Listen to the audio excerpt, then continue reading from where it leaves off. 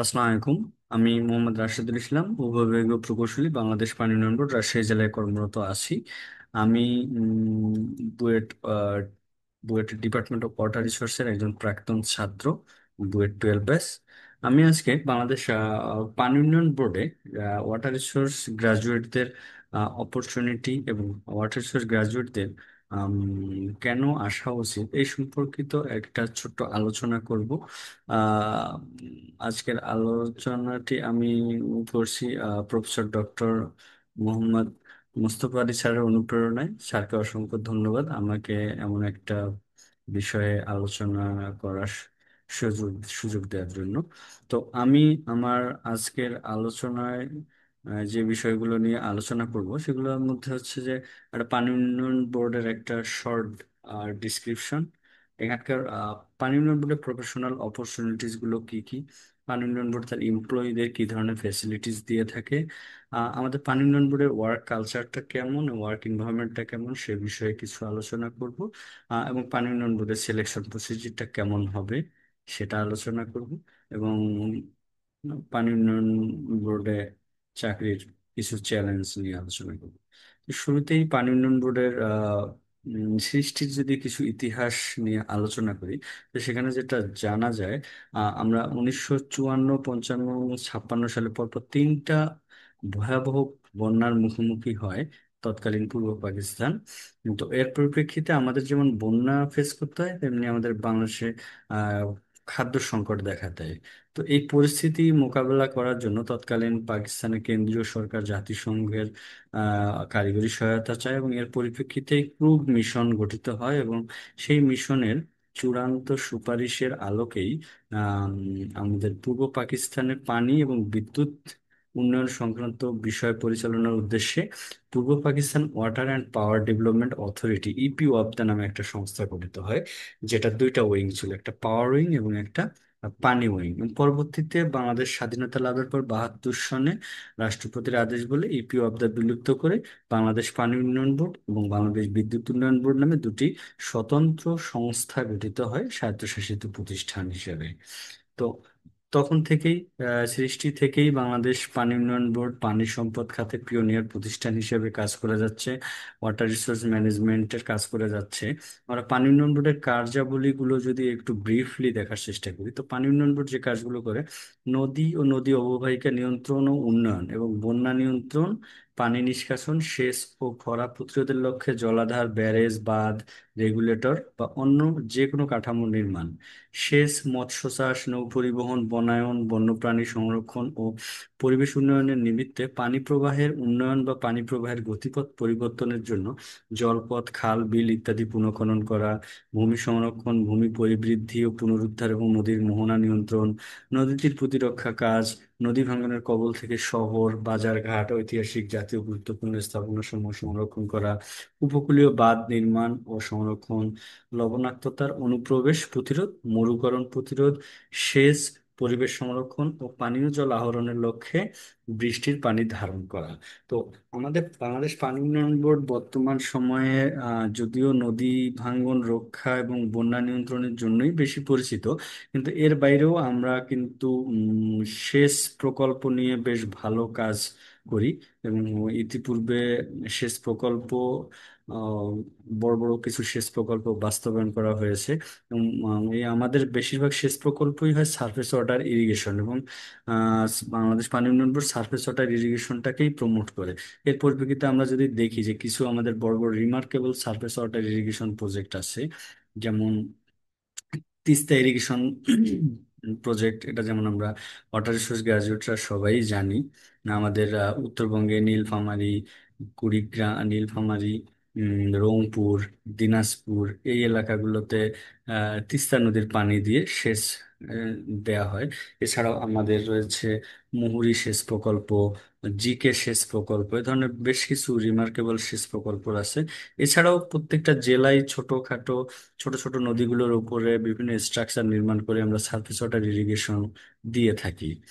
উম, তো আমরা এই কাজগুলোই বাস্তবায়ন করে থাকি। এখন যদি আমি আসি যে ওয়াটার রিসোর্স গ্রাজুয়েটদের জন্য, মানে পানি উন্নয়ন বোর্ডের প্রফেশনাল অপরচুনিটিস গুলো কি কি। তো যদিও আমরা ইঞ্জিনিয়ার হিসেবে গ্রাজুয়েশন সম্পন্ন করি, তবে আমাদের কাজের সবার টেস্ট, সবার ইন্টারেস্ট একই রকম থাকে না। তো বাংলাদেশ পানি উন্নয়ন বোর্ডও অনেক ধরনের উইং আছে। এখানে বিভিন্ন ধরনের কাজকর্ম কাজ করা হয়। যেমন আমাদের একটা আছে প্ল্যানিং উইং। আমাদের বিভিন্ন উন্নয়ন প্রকল্পগুলো বাস্তবায়ন করার জন্য একটা উন্নয়ন প্রকল্পগুলো যখন গ্রহণ করা হয়, তখন আমাদের প্ল্যানিং উইং থেকেই এই প্ল্যানগুলো করা হয়। তো তারা কি ধরনের প্রকল্প গ্রহণ করা হবে, সেটা সমীক্ষা প্রকল্প করা হবে কি না, সেই বিষয়গুলো তারা পরিচালনা করে আমাদের মাঠ দপ্তরের সঙ্গে যোগাযোগ রক্ষা করে, এবং পরবর্তীতে সেই আলোকেই তারা ডিপিপি প্রণয়ন করে। তো এই কাজগুলো প্ল্যানিং উইং করে থাকে। যাদের এই সম্পর্কিত প্ল্যানিং এ ইন্টারেস্ট আছে, তারা প্ল্যানিং দপ্তরে কাজ করতে পারে। আবার হচ্ছে আমাদের যেমন একটা বিশাল ডিজাইন উইং আছে। আমাদের civil, mechanical, electrical, water resource সকল ধরনের ডিজাইন আমরা পানি উন্নয়ন বোর্ড নিজেদের ডিজাইন দপ্তর থেকেই করে থাকি।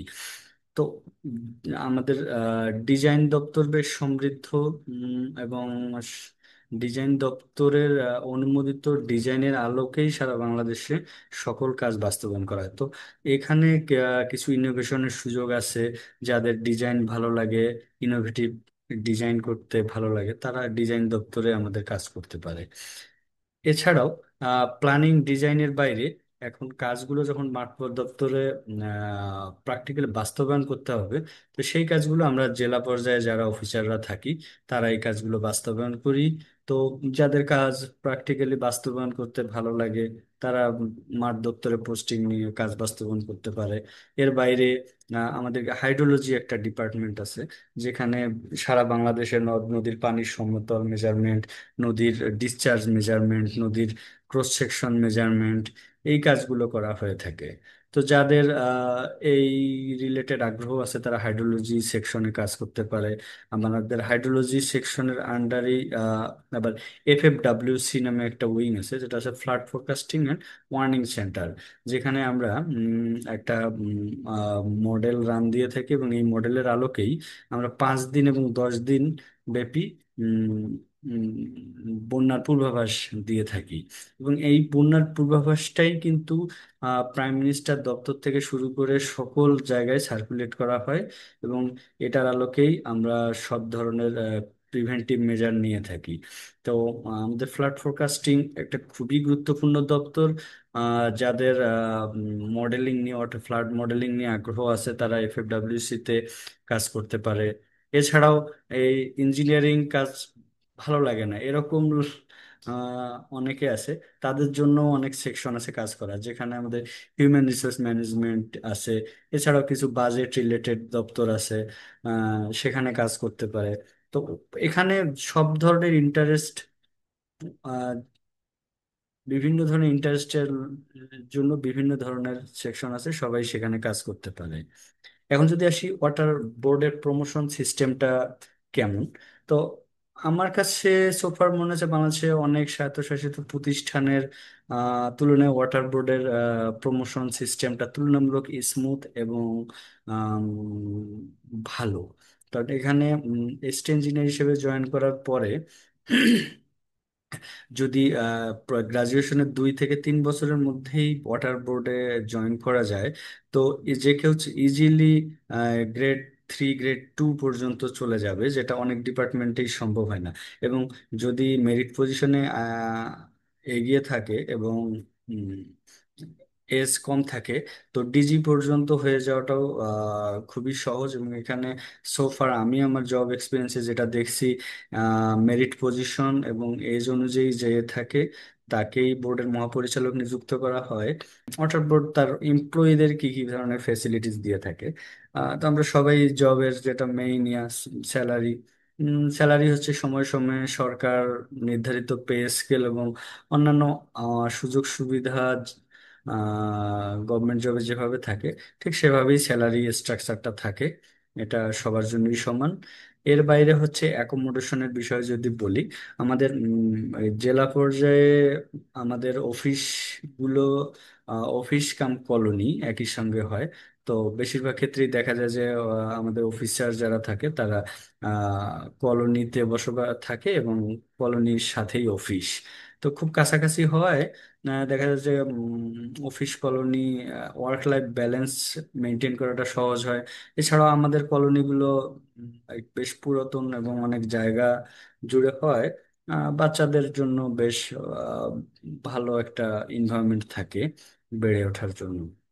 তো এছাড়াও আমাদের যদি যে ভেহিক্যাল ফ্যাসিলিটিস এর কথাটা বলি, তো ভেহিক্যাল ফ্যাসিলিটিস গ্রেড 6 উপবিভাগীয় প্রকৌশলী থেকে উপরের সকল পোস্টের জন্যই ভেহিক্যাল ফ্যাসিলিটিস থাকে।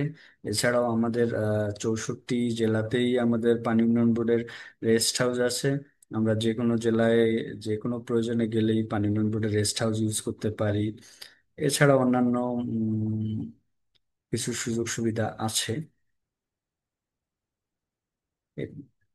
এখন যদি আমি এখানকার work culture and environment, work এনভায়রনমেন্টটা নিয়ে বলি, তো ওয়ার্ক কালচার অ্যান্ড এনভায়রনমেন্টটা দুই ধরনের। একটা হচ্ছে ফিল্ড অফিস, যেগুলো আমরা জেলা পর্যায়ে যারা থাকি সেখানকার ওয়ার্ক এনভায়রনমেন্টটা একরকম।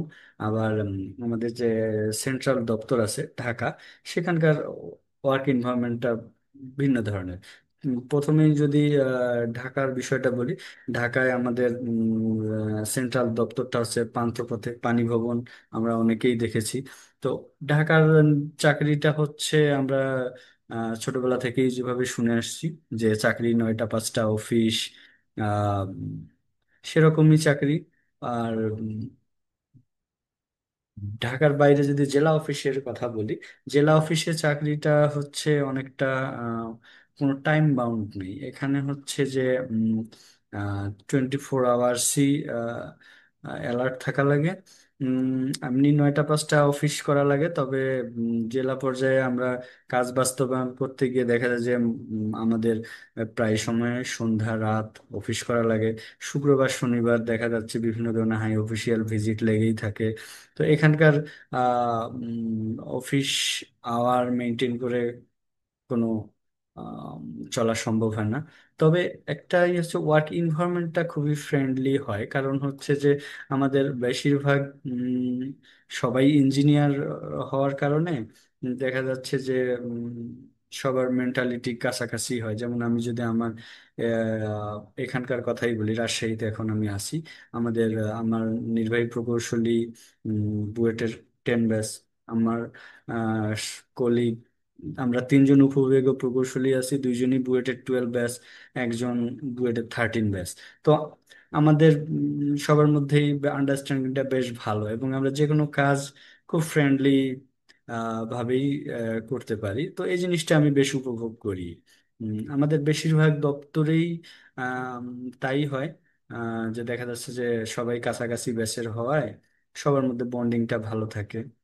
তো এই বিষয়টা তো সেই জন্যই আসলে অফিস আওয়ার একটু বেশি ইয়ে হলেও আমাদের দেখা যাচ্ছে যে কাজ করতে অত বোরিং লাগে না। এখন আমি যদি এখানে আসি যে আমাদের ওয়াটার বোর্ডের সিলেকশন প্রসিডিউরটা কিরকম, তো ওয়াটার বোর্ডে মোটামুটি নিয়মিত সার্কুলার হয় প্রতি বছর। না হলেও 1 বছর 1.5 বছর পর পরই আমি যদি দেখি যে 14তে সার্কুলার হয়েছে, 16তে হয়েছে, 18তে হয়েছে, 19-এ হয়েছে, 20-এর সার্কুলারটা করোনার কারণে একটু পিছায় গেছে। 21-এ হয়েছে, 23-এ নিয়োগ হয়েছে, 24-এ একটা নিয়োগ হয়েছে, আবার 25-এ অলরেডি একটা সার্কুলার দিয়েছে। সার্কুলার নিয়মিত হয়। সার্কুলারের পরপরই আমাদের রিটেন এক্সাম হয়। আমাদের রিটেন এক্সামটার টোটাল মার্কস থাকে 100 মার্কস। 100 মার্কসের মধ্যে আমাদের সিভিল থাকে 50 মার্কস, ওয়াটার রিসোর্স থাকে 30 মার্কস, আর নন টেকনিক্যাল জেনারেল নলেজ থেকে 20 মার্কস থাকে। তো এই নিয়ে 100 মার্কসের পরীক্ষা। পরীক্ষাটা সাধারণত বুয়েট নিয়ে থাকে। মাঝখানে দিয়ে একবার আমাদের ওয়াটার ডেভেলপমেন্ট বোর্ড নিজেও নিয়েছে পরীক্ষা। আহ, উম, তো এর পরীক্ষা, রিটেন পরীক্ষায় টেকার পরে আমাদের একটা ভাইভা হবে 30 মার্কসের। আমাদের ভাইভা যদিও গুরুত্বপূর্ণ, তবে রিটেনটাই ওয়াটার বোর্ডের জন্য খুবই গুরুত্বপূর্ণ। রিটেনের মার্কস যাদের ভালো থাকে, ভাইভাতে মার্কস ক্যান্ডিডেটদের মধ্যে খুব একটা ডিফার করে না। রিটেনের মার্কস যাদের ভালো থাকে তারাই মোটামুটি ফাইনালি টিকে যায়। এবং আহ, তারপরেই পুলিশ ভেরিফিকেশন হয়, পুলিশ ভেরিফিকেশন হয়ে গেলেই জয়নিং। তো ওয়াটার বোর্ড একটা সুবিধা হচ্ছে স্বায়ত্তশাসিত প্রতিষ্ঠান হয়, সার্কুলার থেকে দেখা যাচ্ছে ফাইনালি সিলেক্ট হওয়া পর্যন্ত খুব বেশি সময় ইয়ে হয় না, দেখা যায় 3 থেকে 4 মাসের মধ্যেই ফাইনাল রেজাল্ট পাওয়া যায়। পুলিশ ভেরিফিকেশন যদি বড় ব্যাচ হয় তখন হয়তো একটু সময় ক্ষেপণ হয়, আর ছোট ব্যাচ হলে দ্রুতই পুলিশ ভেরিফিকেশনের পরে জয়নিং। জয়নিং এর পরে আমাদের ফাউন্ডেশন ট্রেনিং হয়, ফাউন্ডেশন ট্রেনিং আর বিভাগীয় পরীক্ষা পাশের পরে চাকরি কনফার্ম হয়ে যায় 1.5 বছরের মধ্যেই। তো নেই। এখন যদি আমি আসি যে ওয়াটার বোর্ডে চাকরিতে চ্যালেঞ্জ কি কি, তো মানুষে যে কোনো জবেই কিছু চ্যালেঞ্জ থাকে, তো এই মুহূর্তে ওয়াটার বোর্ডের জবে কি কি চ্যালেঞ্জ আছে এগুলো আমি ডিসকাস করে কাউকে ডিসকারেজ করতে চাই না। আমি আমি সবাইকে এনকারেজ করতে চাচ্ছি, বিশেষ করে আমাদের বুয়েট ওয়াটার রিসোর্স ডিপার্টমেন্ট থেকে যারা গ্রাজুয়েশন সম্পন্ন করতেছে, আমি চাইবো তারা বেশি বেশি করে ওয়াটার বোর্ডে আসুক। কারণ ওয়াটার রিসোর্স, আমরা যারা ওয়াটার রিসোর্সে পড়াশোনা করি তারা ওয়াটার সেক্টর সম্পর্কে 4 বছরে বেশ বাংলাদেশ মানে ক্লোজলি দেখি বাংলাদেশের সমস্যাগুলো। আম, আমরা ওয়াটার সেক্টর সম্পর্কে অনেক কিছু জানি। তো যে জিনিসগুলো আমরা স্যারদের কাছ থেকে শুনে এসেছি বা পড়াশোনা করে এসেছি, তো ওয়াটার বোর্ডে চাকরি করলে সেই জিনিসগুলো সরাসরি আমরা ফেস করি, সেই সমস্যাগুলো ফেস করি, সেই সমস্যাগুলো অনেকগুলো সমাধান করার চেষ্টা করি আমরা। তো আমার কাছে বেশ এই জিনিসটা উপভোগ করি আমি, এবং এই কারণেই আমি পাশ করার পরে ওয়াটার বোর্ডে জয়েন করি এবং এখানেই থেকে যাই। আমি বেশ এনজয় করি as a water resource graduate. আমার কাছে এখনো মনে হয় আমি বুয়েটে ওয়াটার নিয়েছিলাম, এখন ওয়াটার নিয়েই আছি। আমি সেই ওয়াটার নিয়েই আছি, আমার কাছে এটা আমি খুবই উপভোগ করি। তা আমি আশা করব আহ, আমার যারা ফেলো গ্রাজুয়েট সামনে গ্রাজুয়েশন সম্পন্ন করবে বা অলরেডি যারা গ্রাজুয়েশন সম্পন্ন করেছে চাকরির প্রস্তুতি নিচ্ছে, আমি সবাইকে এনকারেজ করব বাংলাদেশ ওয়াটার ডেভেলপমেন্ট বোর্ডে জয়েন করার জন্য। এবং এই ওয়াটার ডেভেলপমেন্ট বোর্ডে আসার ক্ষেত্রে কারো যদি কোনো জানার থাকে বা কোনো বিষয়ে কনফিউশন থাকে কিংবা প্রস্তুতি বিষয়ক যদি কোনো আলোচনা থাকে, তো নিচে কর্নারে আমার নাম্বার, মোবাইল নাম্বার দেওয়া আছে, হোয়াটসঅ্যাপ আছে, যে কেউ যোগাযোগ করতে পারো। আমি আর বেশি কথা বাড়াবো না। আমার প্রেজেন্টেশনের শেষ পর্যায়ে চলে এসেছি। এই পর্যায়ে আমি আবারও আমাদের সবার প্রিয় প্রফেসর ডক্টর মোহাম্মদ মুস্তফা আলী স্যারকে অশেষ ধন্যবাদ জানাচ্ছি এত সুন্দর একটি উদ্যোগ গ্রহণ করার জন্য। স্যারের এই উদ্যোগ সফল হোক। সবাইকে অসংখ্য ধন্যবাদ। আসসালামু আলাইকুম।